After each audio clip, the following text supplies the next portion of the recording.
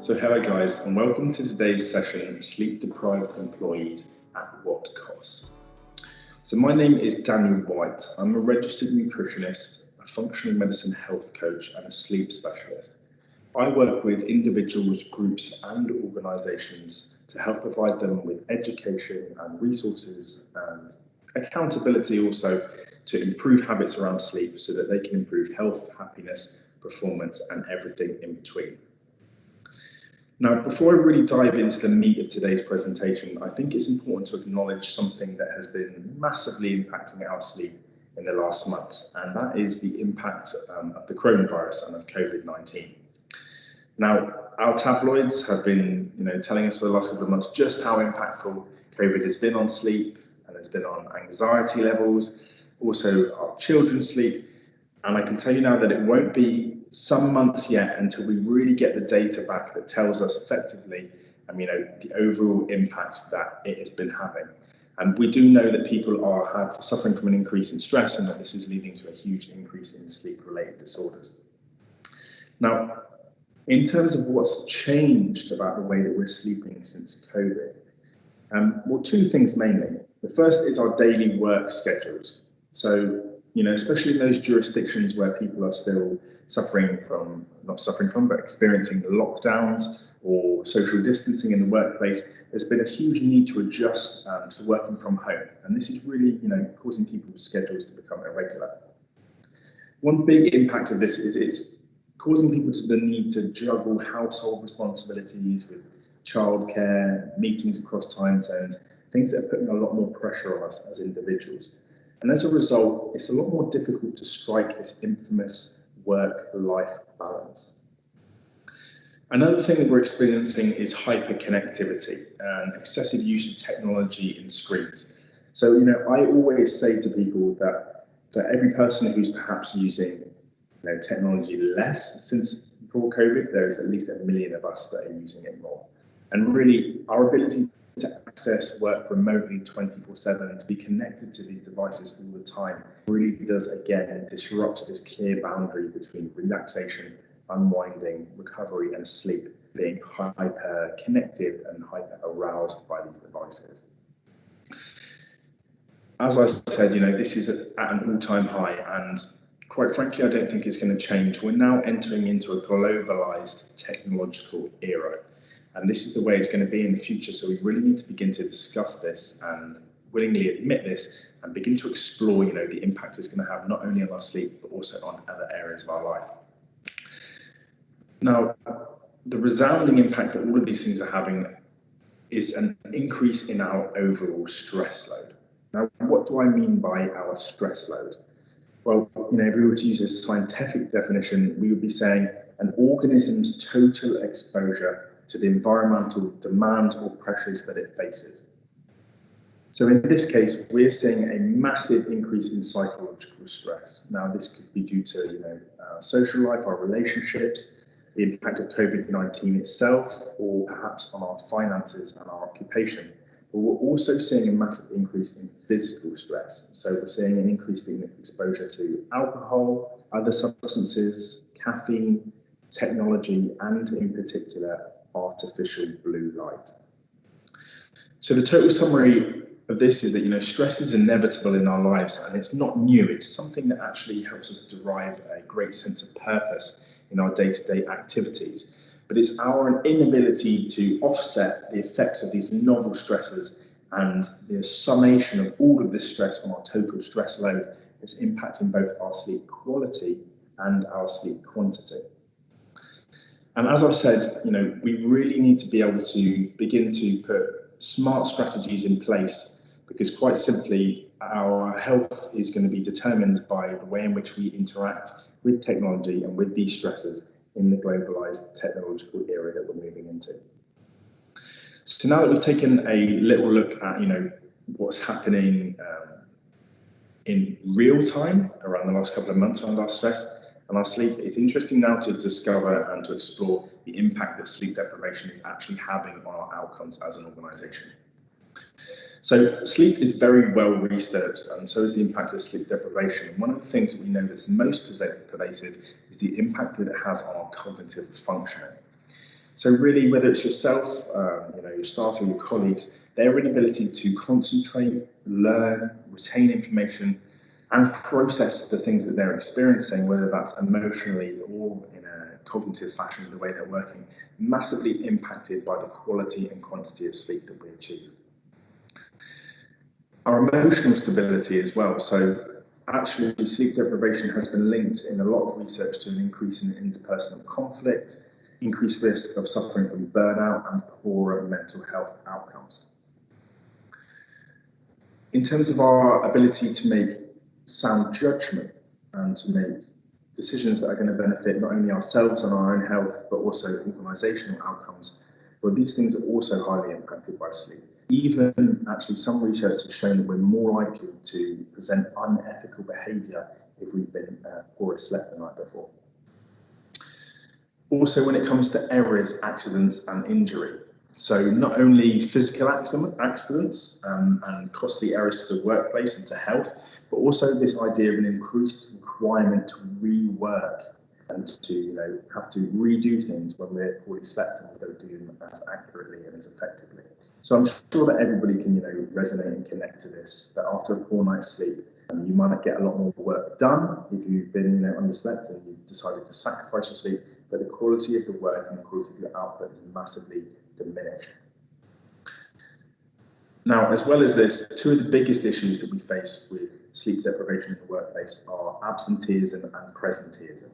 So we know that sleep deprivation leads to higher levels of illness, but one thing that we don't see that often, something that's really the elephant in the room, is the impact that poor sleep is having on our levels of engagement and productivity in the workplace. So it's the idea that we are there and we're present in the workplace, and we might be behind our computer in the office or at home, but are we really engaged? Are we really giving our best self over to the tasks that we're carrying out throughout the day? So that's the hidden impact, I would say, the most prevalent hidden impact of poor quality sleep in our organisations, and that's something that I think everybody experiences.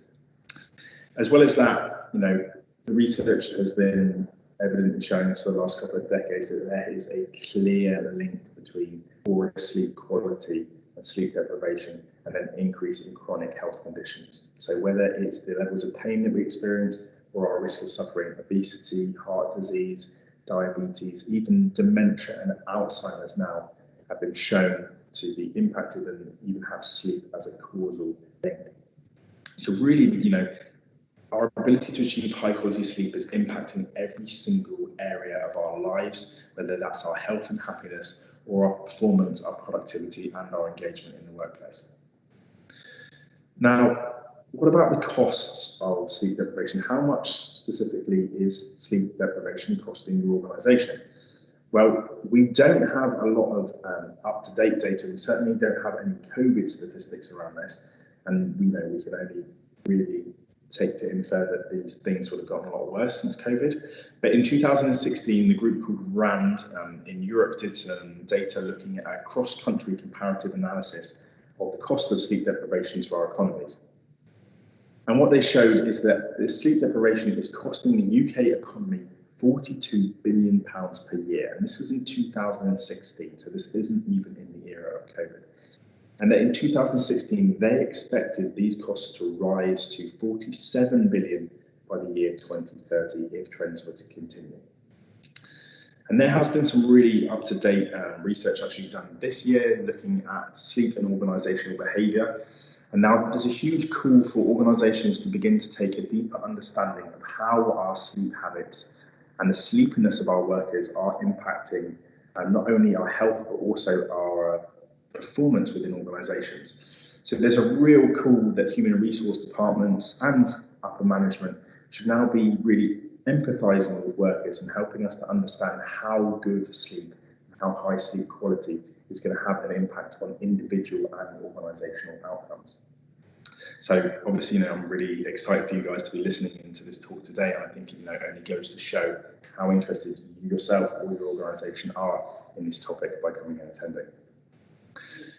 But outside of the research around objective outcome measures of sleep deprivation, if we dive a little bit deeper into understanding the nuances of sleep and how it actually impacts us, why is it so impactful for our health? But what we know is that there is not one single area of our health that sleep doesn't touch. Whether it's our heart health and our ability to stay resilient against stress, or to keep our blood pressure and our cortisol stress levels low, or our memory and learning, our ability to create new memories, to pay attention, to focus, to concentrate in the workplace, or our mental health, because what we know is that sleep itself and our ability to achieve high quality sleep, that really regulates almost every hormone and neurotransmitter or brain chemical, which are linked to fluctuations in mood. And what the research is really showing us now is that there isn't a single mental health condition or diagnosis out there that does not come hand in hand with some disruption to sleep. As well as that, though, our immune function. So this is obviously a topic that is very relevant at the moment. And what we know is that when we sleep less well, or we have poor quality sleep, we have a much reduced effectiveness of our natural killer cells. So our innate immune system is basically handicapped when we aren't getting high quality sleep. But as well as that, there's also processes of detoxification. So quite recently, we discovered a new system, if you like, within the body called the glymphatic system. So this is the brain's waste removal system, and it comes online.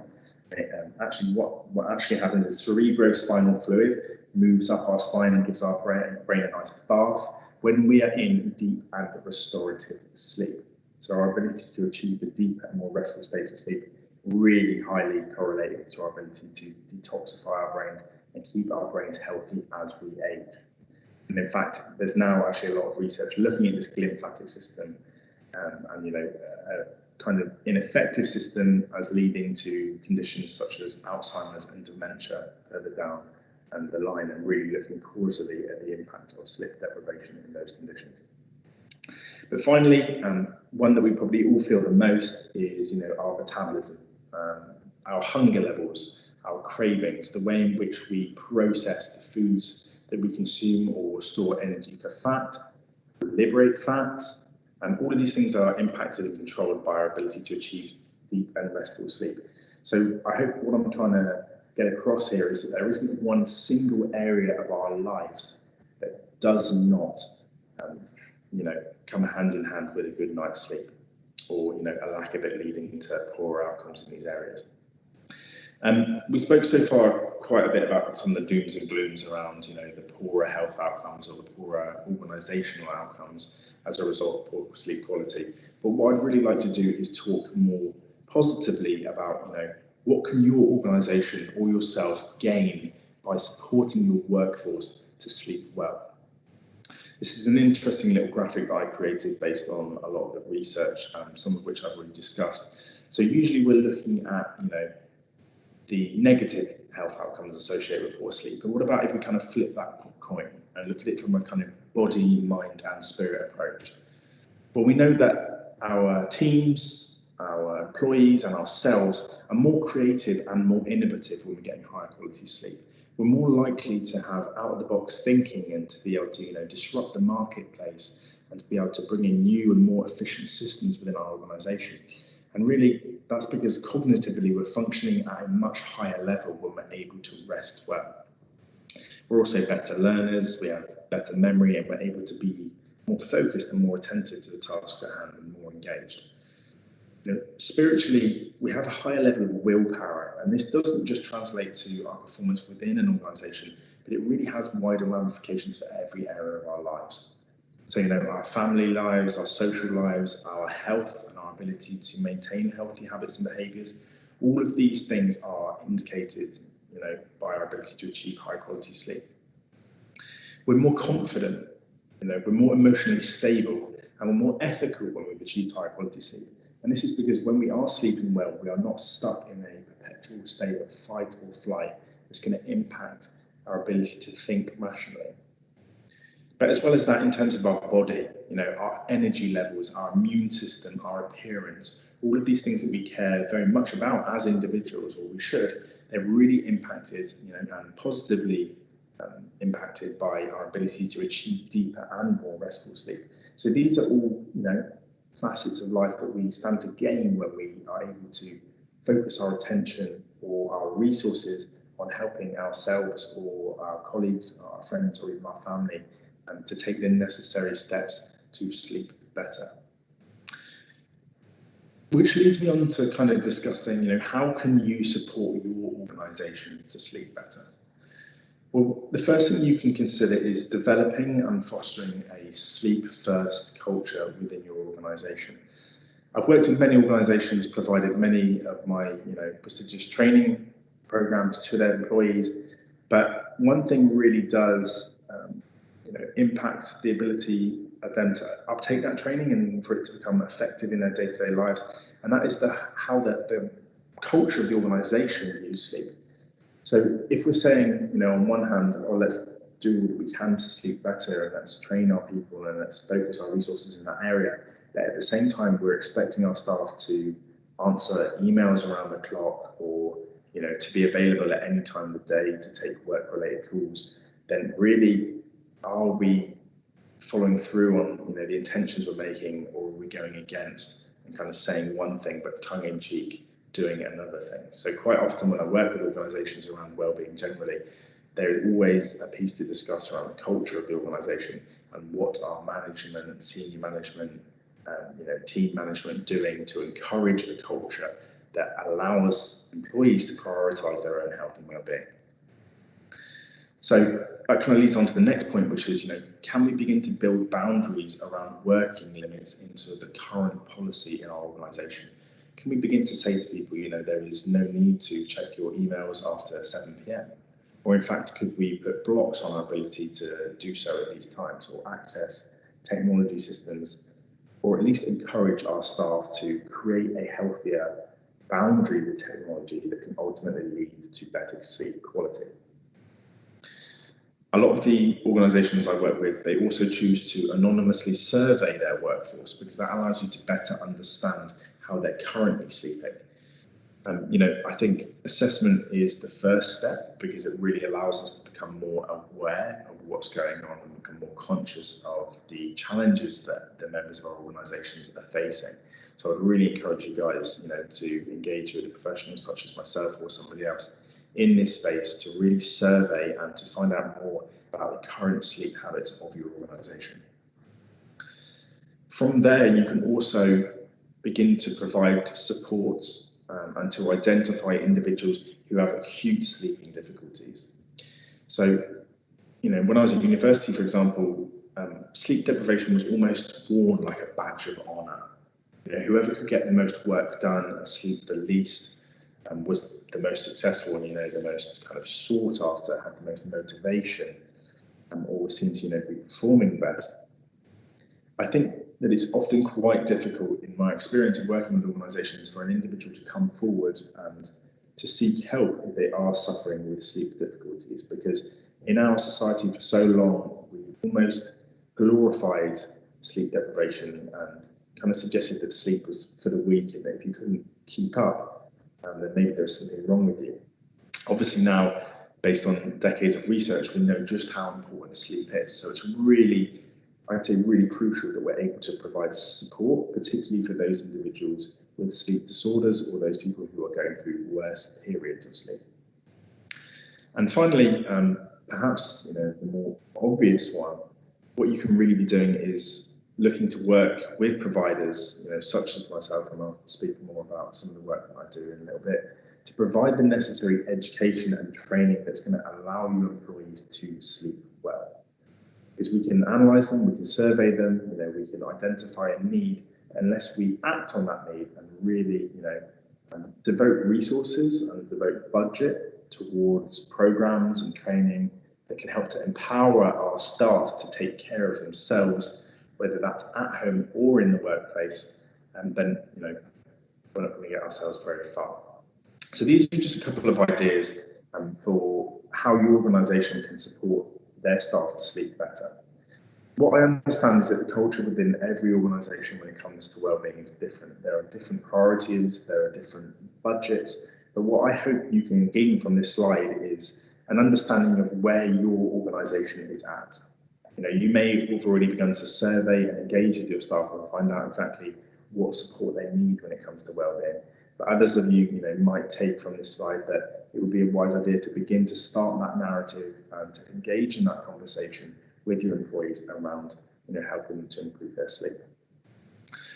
So, so far we have looked through some of the detriments of poor sleep. We've discussed some of, the imperatives for why we really benefit from learning how to sleep better. We've touched on, some of the quite grim, to be honest, financial figures around sleep deprivation, and we've discussed a little bit about what you can do about it. Now, moving forward for the rest of the presentation, what I'd really like to do is begin to talk more about sleep itself. So a few concepts that are important to understand around sleep, and to really begin to explain, the growing knowledge that we have in this field. Because sleep science is really, it's quite junior in the field of academia. There's many areas of research, particularly nutrition, movement, stress management, that are, they're very well developed. There's been decades and decades and decades of research in these areas. But many of the latest findings when it comes to sleep and the impact that sleep's having on our health, they're only being gleaned from research in the last decade, maybe 5, 10, or even 15 years. And the result is that it takes quite a long time for this research to filter down into practice, because it has to be, shared amongst research institutions, go through processes of editorial to make it into scientific journals. And really, by the time it's reached, our doctor's office or the mainstream, it can quite often take a decade or even. Now, the first topic, and the first question I always ask my clients when we're doing any work on sleep is, are you aware of your circadian rhythm? Aware of your circadian rhythm? You might be kind of looking at me right now saying, Dan, what on earth is a circadian rhythm? Well, just to help explore and explain, the word circadian, it comes from the Latin circa, meaning approximately, diem meaning day. So it is a rhythm that spans approximately one day. To be more precise, it is the internal 24-hour biological clock that regulates your body's sleep and wake cycle. So your circadian rhythm is impacted by external cues from your environment, and we know these things as zeitgeibers. And we'll get on to talking a little bit more about some of these cues in a second. But what these cues do is they organize and they synchronize your 24-hour biological clock by sending information to an area of your brain called the hypothalamus. And this is really where the body and the brain's master clock resides.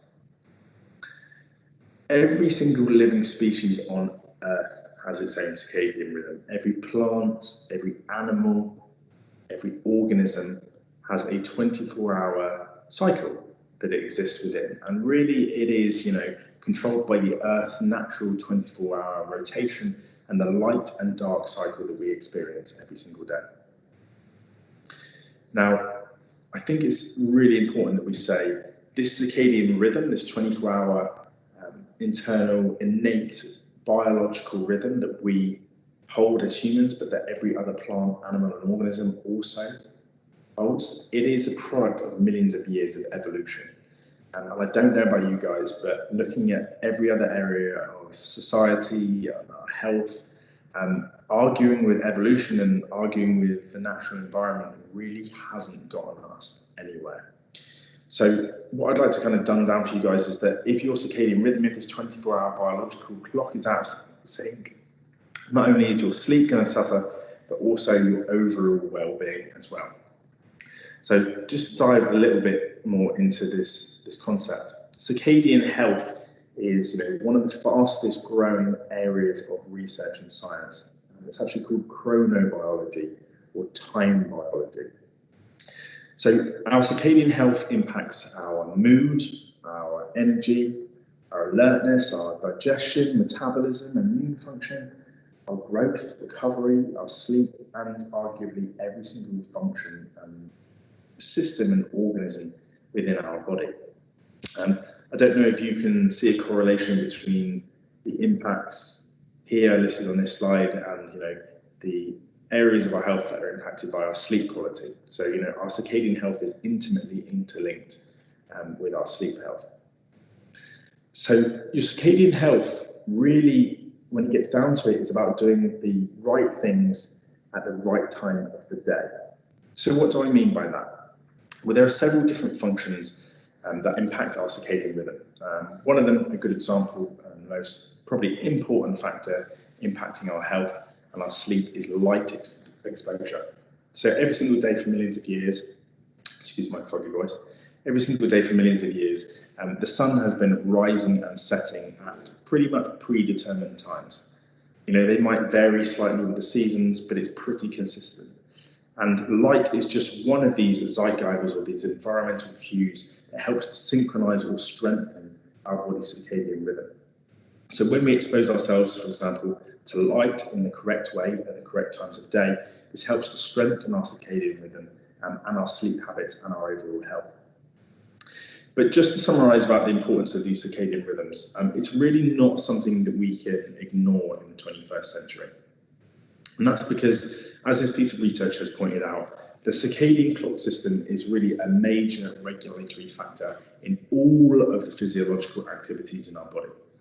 And when we see a disruption in circadian health, which is so common in our modern society, I would say, most people living in the Western world who are exposed to increasing amounts of technology, and light exposure and stress, and decreasing amounts of natural light and exposure to nature, most of us are experiencing some form of circadian disruption.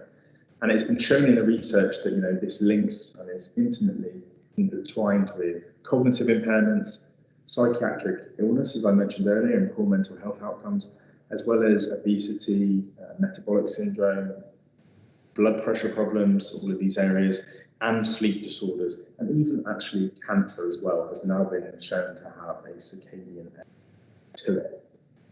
So this idea and this concept of circadian health, I believe it's going to be normalized massively in the years to come, and it's something important that we really shouldn't be shying away from. Now, what impacts our sleep? What impacts our circadian health? I didn't dive too deeply into the nuances and the individual factors that are impacting our sleep today, because what I really wanted to do in our session was begin to highlight the importance of the topic of sleep generally, and hopefully to ignite your interest in wanting to learn a little bit more about this topic.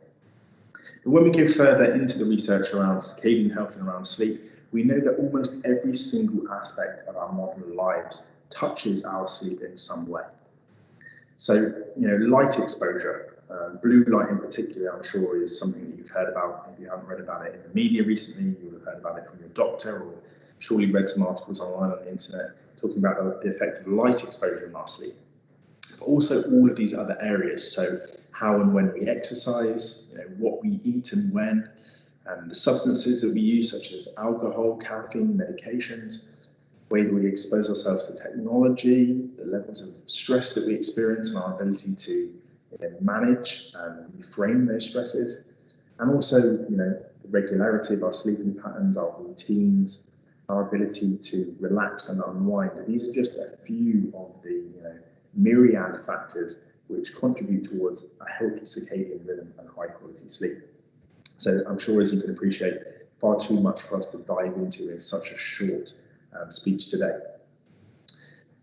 But what I would like to introduce you to is something that I've been creating and been creating for around the last 2 years now, and been recently implementing with a lot of organisations and various clients, is a system that I've built to help people understand their circadian health better. So I've created a program that I call the Sleep Better, Live Better program. I'm currently running it with several organisations across the Channel Islands. And really it's a journey to help you understand how a summation of all of the factors in your lifestyle impact your circadian health and impact your sleep, and ultimately the knock-on effect that this has on every area of our health. So whether we're interested in improving performance, in boosting our mood, in being able to live life with more energy, lose weight, to improve performance mentally or physically, or just to feel more energized and able to get up in the morning, we need to be able to understand the impact of all of these unique factors in the context of our 24-hour circadian rhythm. and the impact this has. So I have created this program. It is a journey through 10 modules that teach you everything that you need to know about sleep. So there's discussions around your circadian rhythm, light, food, movement, substances, technology, stress and relaxation. All of these are wonderfully built lessons with lots of written resources and short video content. It helps to give people kind of bite-sized information about all this stuff. So after my many years of working with clients, decided that I needed to create a comprehensive program that could almost tell a story. Tell a story of how all of these different lifestyle factors impact our sleep, and then also help to guide my clients to create a personalized or structured plan that would allow them to take all of that knowledge that they're now becoming conscious and aware of and to apply it in the context of their own kind of individualized and nuanced lifestyles. So throughout my program, not only are there lots of written resources, lots of video resources, guided meditations, recipe books, and other practical tools that can help you to sleep better. But I also take them through a process of creating their own plan and then challenging them and keeping them accountable to implementing that plan. Now, today's talk has been quite short. I wish that I could spend a lot more time educating and inspiring you on this topic.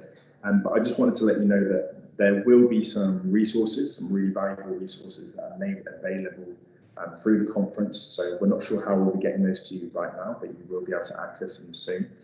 And there's also the opportunity for you to come and engage in some free coaching sessions with myself, where I'll be running some Zoom webinars that will be diving a lot deeper into these topics and helping to educate you more around circadian rhythms and the impact that all of these different lifestyle factors are having on our sleep.